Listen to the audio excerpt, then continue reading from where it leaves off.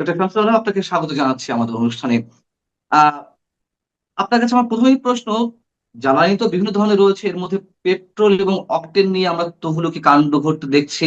1 মাস ধরে petrol pump গুলোর সামনে একের পর মানে দীর্ঘ লাইন, পেট্রোল পাম্প গুলো একের পর এক বন্ধ হচ্ছে, হত্যাকাণ্ডের ঘটনা ঘটেছে এই তেল নেয়াকে কেন্দ্র করে। কেন সংকটটা আসলে কোথায়, এই ধরনের ঘটনা কেন ঘটছে? এবং আমরা যতদূর জানি যে সরকারের পক্ষ থেকে দাবি করা হচ্ছে অকটেন এবং পেট্রোলে কোনো ধরনের সংকট নেই। আপনি কি দেখছেন? গতকাল এটিএন বাংলায় পেট্রোল পাম্প মালিক অ্যাসোসিয়েশনের জেনারেল সেক্রেটারি জানালো যে তাদের মার্চ মাসে তেলে যা নর্মালি সরবরাহ হয় বা তারা সরবরাহ করে তা ফার্স্ট উইকেই শেষ হয়ে গেছে। আচ্ছা। তার মানে চাহিদা বেড়েছে। নর্মালি চাহিদা বাড়ার কথা না। তার মানে গ্রাহকদের মধ্যে মজুদের প্রবণতা বেড়েছে এবং কালো বাজারে তেল কিনতে পাওয়া যাচ্ছে, এটা প্রমাণিত সত্য। তাহলে এই বাড়তি যে তেল যাচ্ছে সেটা সরবরাহ করা হচ্ছে না সঠিক নয়, সরবরাহ হুম। আছে, কিন্তু তা গ্রাহক পর্যায়ে চাহিদার তুলনায় বেশি হয়ে গেছে এবং গ্রাহকের চাহিদা আবার সীমিত করার করার কারণে কালো বাজারে আরো বেশি তেল যাচ্ছে। এইরকম একটি অরাজকতা নৈরাজ্যের পরিস্থিতি তেলের ক্ষেত্রে, তেল সরবরাহের ক্ষেত্রে ঘটেছে, ঘটছে। এটার মধ্যে কোন রকম কোনো সংশয় সন্দেহ নেই। এখন প্রশ্ন হচ্ছে, তেল সরবরাহের উপরে সরকারের শতভাগ নিয়ন্ত্রণের কথা আমরা বলে এসেছি। পেট্রোল মালিক অ্যাসোসিয়েশনের বক্তব্য হচ্ছে যে তাদের মজুদ তেল যারা তাদের পেট্রোল পাম্পে রাখে এবং তা থেকে নিত্যদিন বিক্রি করে, এই তেলের উপরে সরকারের শতভাগ নিয়ন্ত্রণ আছে। তা যদি সত্যি সত্যি থেকে থাকে তাহলে শস্যের মধ্যেই ভূত রয়ে গেছে। কালো বাজারে তেল কোথা থেকে আসে? খোলা বাজারে তেল কিছু বিক্রি হয়, হতো নর্মালি। তাহলে সেই চ্যানেল দিয়ে তেল সরবরাহ হচ্ছে, সেটা আমরা মেনে নিতে রাজি নই।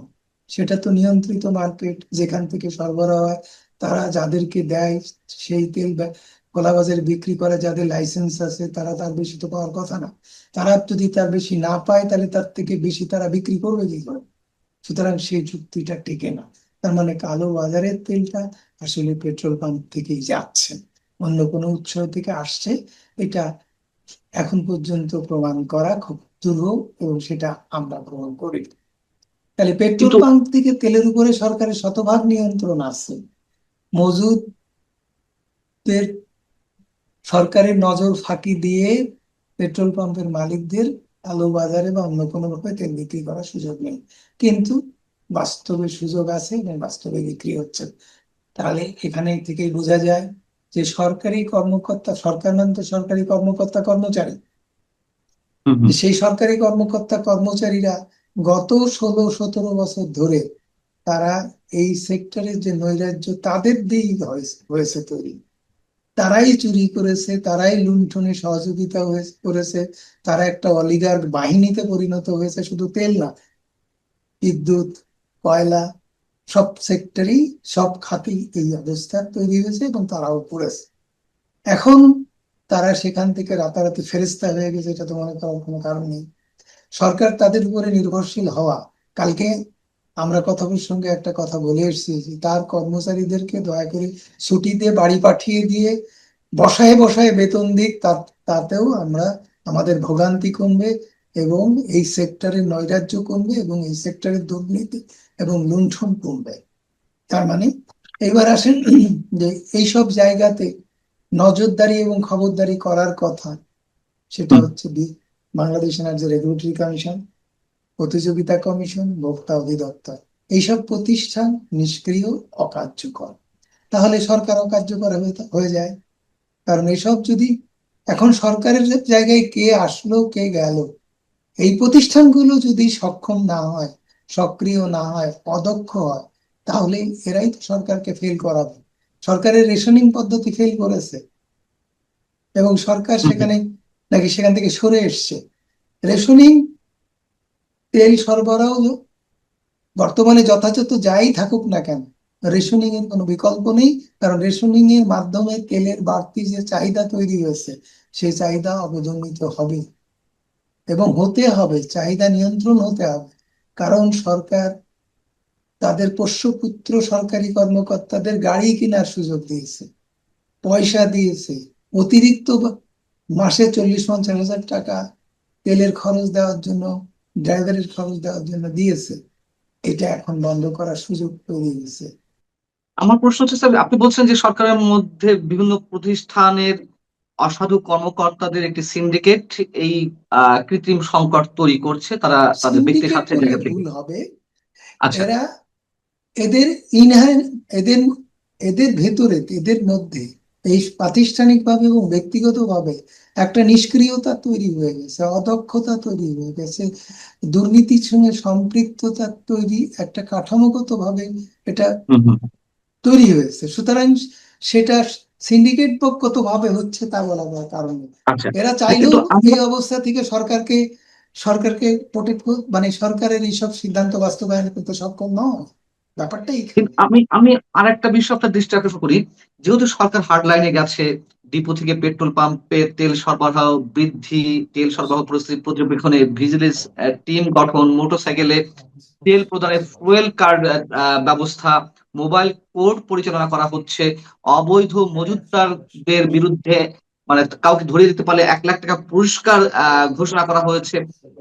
আপনি কি মনে করেন যে এইসব উদ্যোগ গ্রহণের পরেও যেই সংকট সৃষ্টি করা হচ্ছে কৃত্রিম ভাবে, সেখানে রাজনৈতিক ভাবে বিশেষ কোন শক্তি এই সংকট সৃষ্টি করে বিশেষ সুবিধা নেওয়ার চেষ্টা করছে বা সরকারকে বিব্রত বা ব্যর্থ করার চেষ্টা করছে? কারণ এসব 2,80,000 লিটার তেল। জি। বিষয়গুলোকে আমি খুব একটা আমলে নিতে চাচ্ছি না। এ কারণেই যে সরকারের তো ফেলিওর আছে, অর্থাৎ সরকার প্রতিষ্ঠানগুলোর ব্যর্থতা আছে, সক্ষমতার অভাব আছে। আমি যে ব্যাখ্যাগুলো দিলাম, সেই সব জি। জায়গাগুলো যদি প্রাতিষ্ঠানিক সক্ষমতা থাকতো, যার যে প্রতিষ্ঠানে যে দায়িত্ব, তাহলে তো এসব হতে পারতো না। সরকারের এই মিশন, রেশনিং পদ্ধতি কার্যকর করা যেত এবং রেশনিং এর সুবিধাটা ভোক্তারা পেত। এবং সংকট যেভাবে কৃত্রিম তৈরি হয়েছে, যে 1 সপ্তাহের মধ্যেই পুরা মাসের তেল শেষ হয়ে গেছে, তাহলে রেশনিং এ তেল শেষ হয় কি করে? তেল তো শেষ হওয়ার কথা না, বরঞ্চ 1 মাসের তেল যে 1.5 মাস চলার কথা, 2 মাস চলার কথা, সেসব চালানো যায়নি। এইসব ব্যর্থতার জায়গাগুলো আইডেন্টিফাই করলে বেরিয়ে আসে যে প্রাতিষ্ঠানিক দুর্বলতা এবং অদক্ষতা এবং নিষ্ক্রিয়তা এই পরিস্থিতি তৈরি করার জন্য দায়ী, এবং সরকারকে এ ব্যাপারে তার সেই গৃহীত কার্যক্রমকে সফল হতে দিচ্ছে না।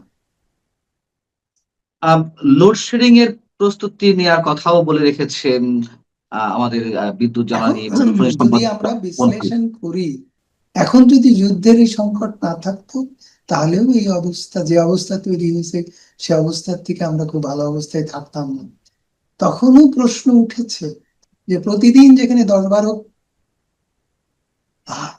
মানে 10-12 হাজার কোটি টাকার বিদ্যুৎ কিনতে হয় সরকারকে, সরকার বিক্রি করে আয় করে 5,000 কোটি টাকা, ভর্তুকি দেয় 1,500-2,000 কোটি টাকা, 2,200 টাকা, বাদ বাকি যে 2,300-2,200 কোটি টাকা তার পুরা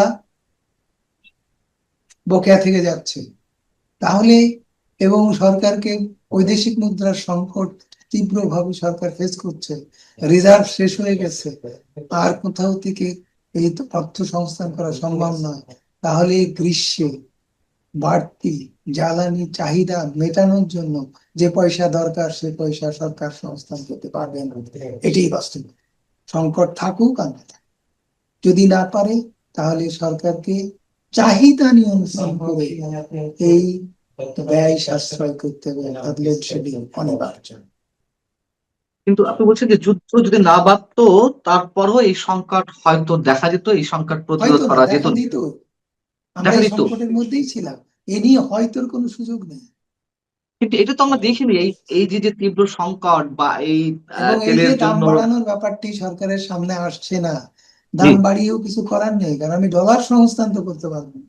যা দাম বাড়াবো তাতে অর্থনীতি যেভাবে নাকাল হবে, এই যে ক্ষতি হবে, সে ক্ষতি এই দাম বাড়িয়ে বাড়তি আয় দিয়ে পোষাবে না।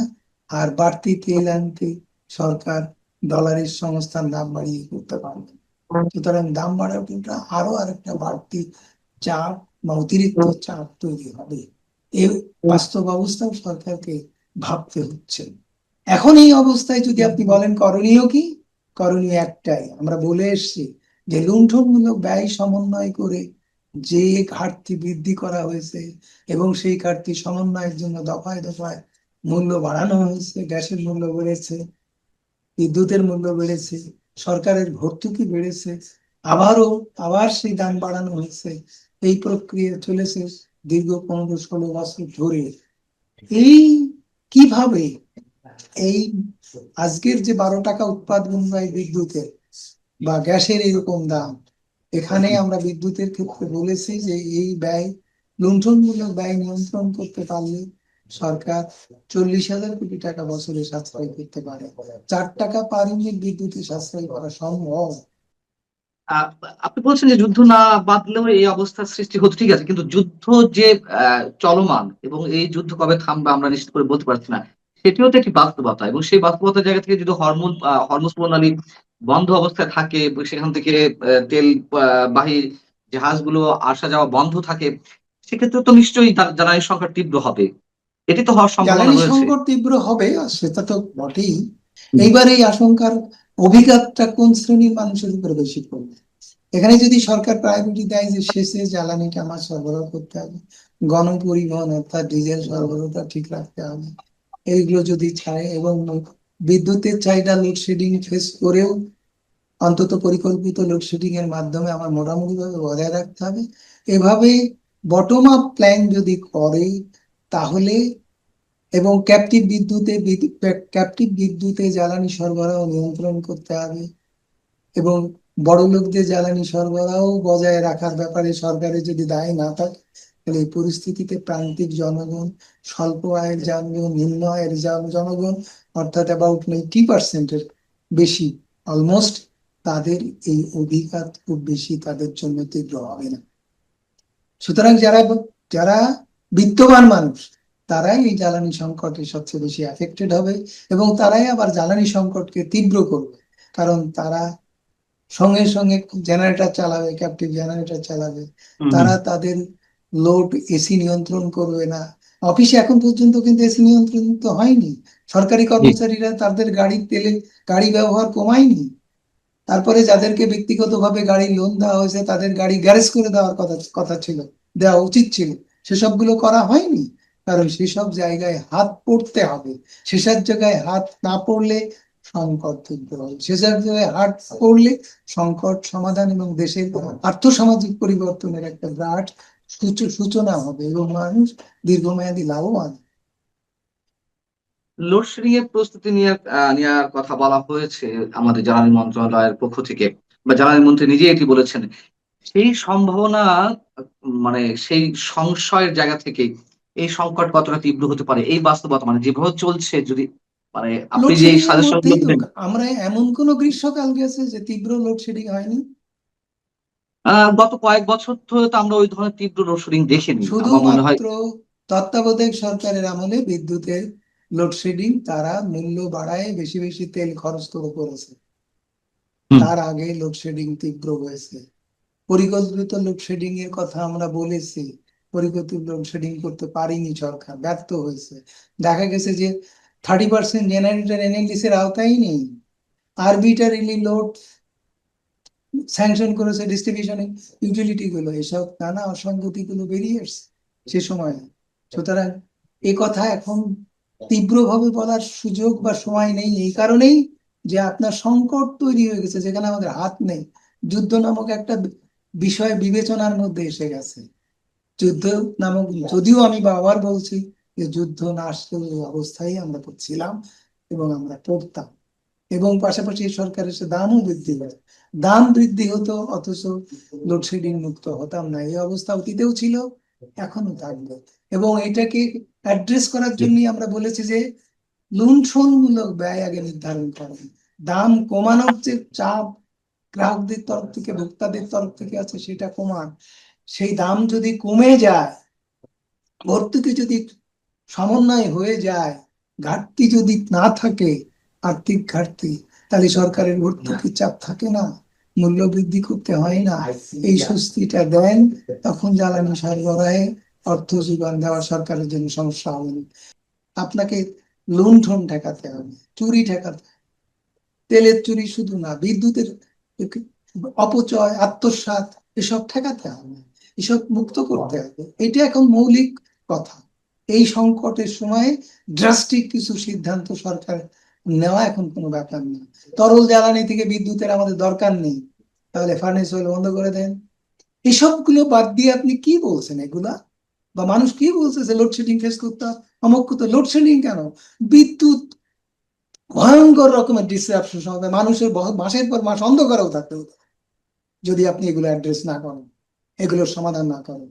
সুতরাং সব কথা বাদ, আগে চুরি ঠেকান, চোরের বিচার করেন, জ্বালানি অপরাধীদের ফাঁসি দেন।